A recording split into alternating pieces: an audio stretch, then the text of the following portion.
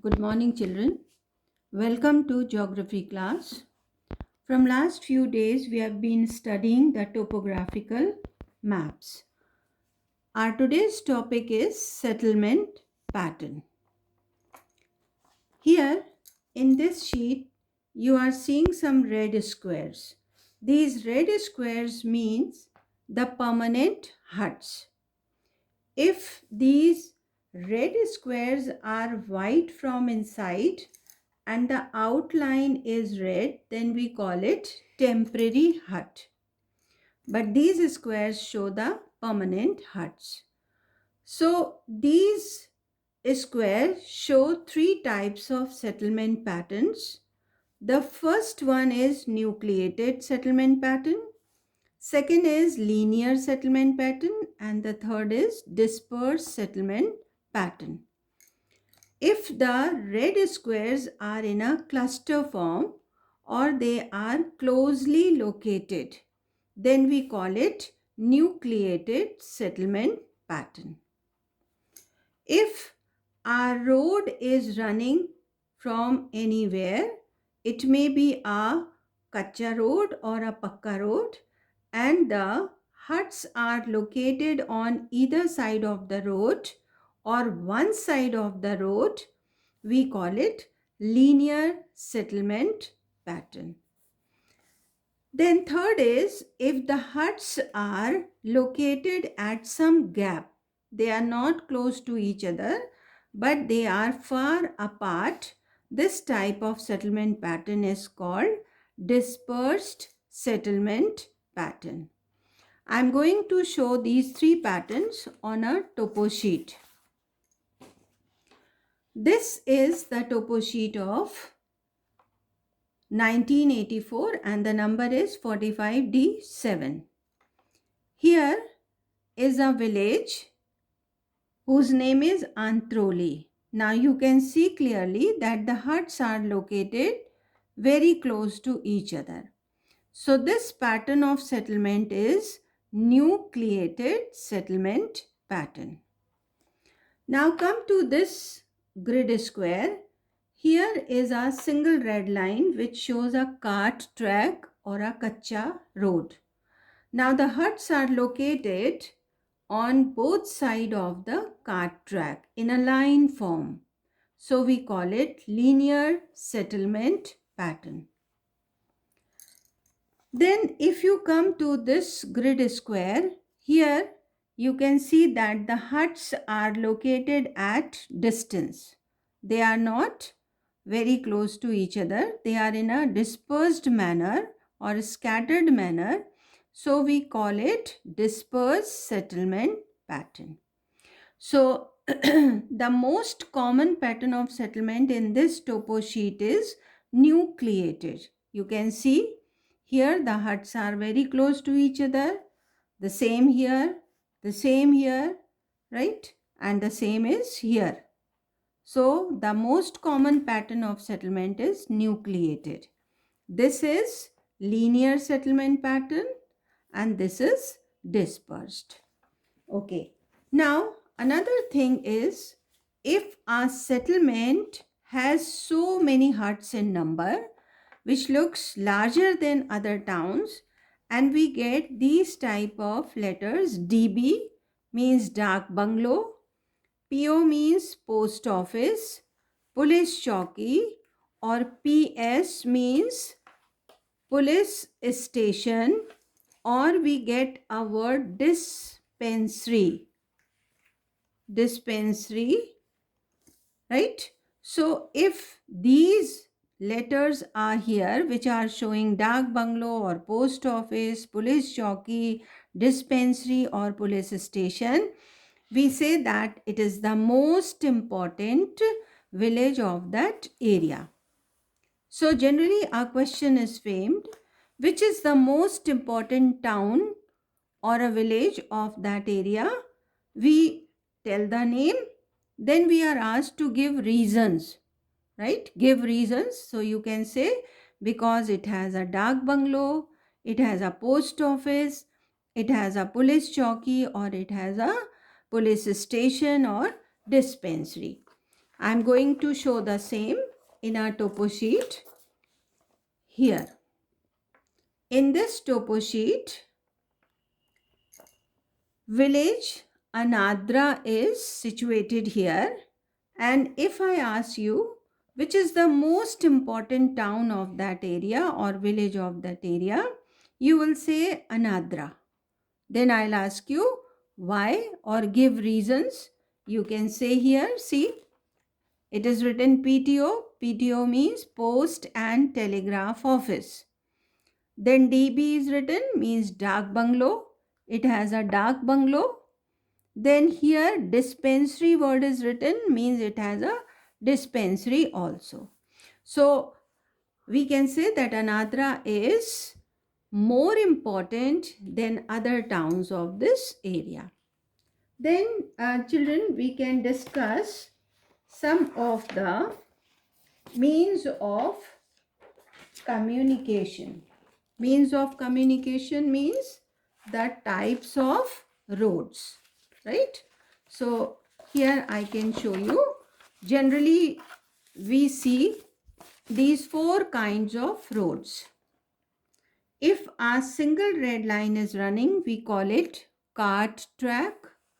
If double red line is running, it is a metal road or a pakka road. Then a single broken line represents a pack track. Pack tracks are the narrow tracks in the hilly areas or mountainous areas.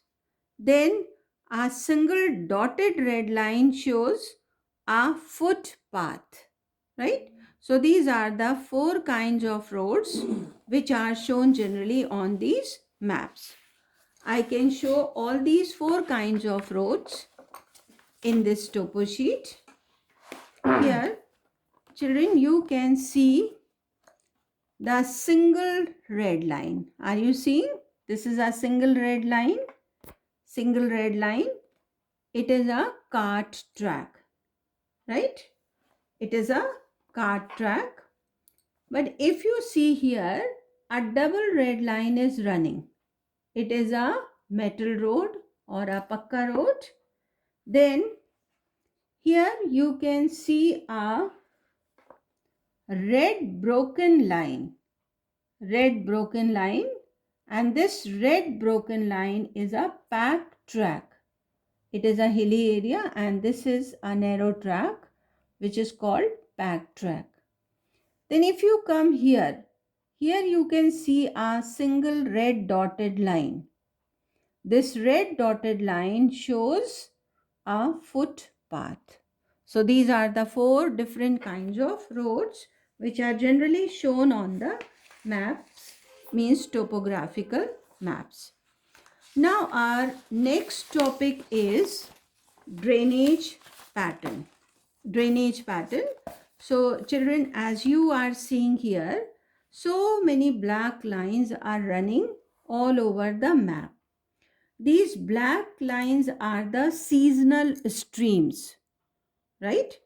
So these seasonal streams flow in different shapes, and these shapes are called the drainage patterns. So let us discuss four kinds of drainage patterns which are generally seen on the topo sheets. If the black lines are running,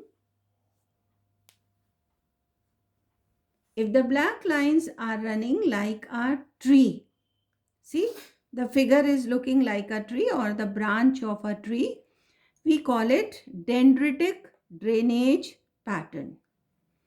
If the main river is flowing and the other tributaries, means small rivers, are joining it at right angle from both sides or from one side, then it is called trellised drainage pattern, right? This is the main river and these are the tributaries. Okay, they all are joining the main river at right angle, means 90-degree angle.